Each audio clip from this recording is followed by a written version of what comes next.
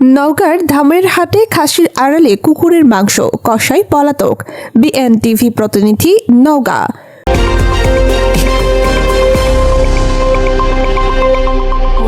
নওগাঁর ধামেরহাট উপজেলায় খাসির মাংসের নামে কুকুরের মাংস বিক্রির চেষ্টার অভিযোগে এলাকায় চাঞ্চল্যকর পরিস্থিতির সৃষ্টি হয়েছে। রবিবার 15 ফেব্রুয়ারি সকালে উপজেলার জাহানপুর ইউনিয়নের মঙ্গলবাড়ি বাজার সংলগ্ন তেঁতুলতলী মোড় এলাকায় এ ঘটনা ঘটে। বিষয়টি জানাজানি হতেই স্থানীয়দের মধ্যে তীব্র ক্ষোভ ও উত্তেজনা ছড়িয়ে পড়ে। অভিযুক্ত কসাই ও তার সহযোগী পালিয়ে গেলেও পুলিশ ঘটনাস্থল থেকে প্রায় 25 কেজি জবাইকৃত কুকুরের মাংস উদ্ধার করেছে। স্থানীয় সূত্রে জানা যায়, মঙ্গলবাড়ি বাজারের খাসির মাংস বিক্রেতা এন্তাজুল কসাই ও তার সহযোগী দুলু মৌলভী দীর্ঘদিন ধরে এলাকায় মাংস বিক্রি করে আসছিলেন। তারা সাধারণত নিজ বাড়িতে পশু জবাই করে মাংস প্রক্রিয়াজাত করতেন এবং পরে দোকানে এনে তা বিক্রি করতেন। স্থানীয়দের কাছে তারা পরিচিত মুখ হওয়ায় দীর্ঘদিন ধরে কেউ তেমন সন্দেহ প্রকাশ করেনি। রবিবার সকালে এন্তাজুলের বাড়িতে একটি কুকুর জবাই করার দৃশ্য প্রতিবেশীদের নজরে আসে। বিষয়টি সন্দেহজনক মনে হলে তারা আশপাশের লোকজনকে জানায়। অল্প সময়ের মধ্যেই খবর ছড়িয়ে পড়লে স্থানীয়রা সেখানে জড়ো হয়ে প্রতিবাদ শুরু করেন।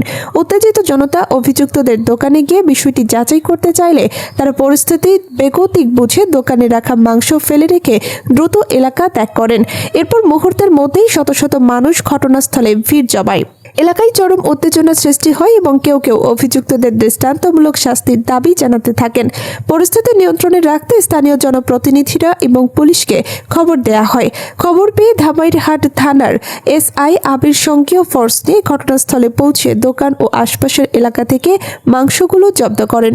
পরে উপজেলা প্রাণী সম্পদ দপ্তরের এআই টেকনিশিয়ান মিজানুর রহমান মিন্টু ঘটনাস্থলে গিয়ে প্রাথমিক পরীক্ষা নিরীক্ষা শেষে নিশ্চিত করেন যে উদ্ধারকৃত মাংস খাসির নয় বরং কুকুরের। জাহানপুর ইউনিয়ন পরিষদের চেয়ারম্যান গোলাম কিবরিয়া বলেন, ঘটনাস্থল থেকে প্রায় 25 কেজি জবাইকৃত কুকুরের মাংস উদ্ধার করা হয়েছে। অভিযুক্ত এন্তাজুল ও দুলু মৌলভী পালিয়ে যাওয়ায় তাদের আটক করা সম্ভব হয়নি। উদ্ধারকৃত মাংসগুলো স্বাস্থ্যবিধি অনুসরণ করে যথাযথ প্রক্রিয়ায় অপসারণ করা হচ্ছে। ধামেরহাট থানার ভারপ্রাপ্ত কর্মকর্তা ওসি মোহাম্মদ মোখলেসুর রহমান ঘটনার সত্যতা নিশ্চিত করে বলেন, পুলিশ ঘটনাস্থল থেকে মাংস উদ্ধার করেছে। অভিযুক্তদের গ্রেফতারের জন্য অভিযান চলছে। এ ঘটনায় আইনগত ব্যবস্থা গ্রহণের প্রক্রিয়া চলছে।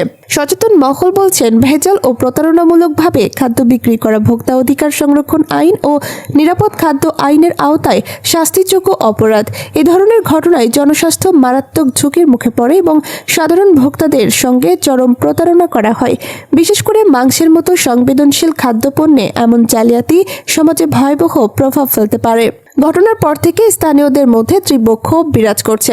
অনেকেই দ্রুত অভিযুক্তদের গ্রেফতার এবং দৃষ্টান্তমূলক শাস্তির দাবি জানিয়েছেন, যাতে ভবিষ্যতে এই ধরনের প্রতারণার পুনরাবৃত্তি না ঘটে। বর্তমানে পুরো এলাকায় বিষয়টি নিয়ে আলোচনা সমালোচনা অব্যাহত রয়েছে এবং পুলিশি অভিযানের অগ্রগতি ও মামলার কার্যক্রমের দিকে তাকিয়ে আছে সাধারণ মানুষ। এই কুকুরকে আপনি চিনতে পারতেছেন? কার কুকুর এটা? আপনার পালিত কুকুর? আপনার বাড়ি কোথায়? ওখানে বলতে কোন জায়গায়? জায়গার নাম বলেন। আপনি কুকুরটা পালতেন? কখন থেকে কুকুরটা নাই দেখতেছেন? হ্যাঁ, গরমের দিন হলে ঠান্ডার মধ্যে থাকে না। আচ্ছা, তো কালকে রাতে দেখতেছেন কুকুর নাই? না, আজকে এসে আপনি দেখে চিনতে পারছেন যে আমার বাড়ির কুত্তা এটা। আচ্ছা আচ্ছা, ঠিক আছে। তে আপনার কুকুরকে জবাই করে মানুষকে খাওয়াইতো, তো এই বিষয়ে আপনার কি মনে হচ্ছে? এখন তোমাকে মুসলমানের ভিতরে যদি খাবে, হ্যাঁ।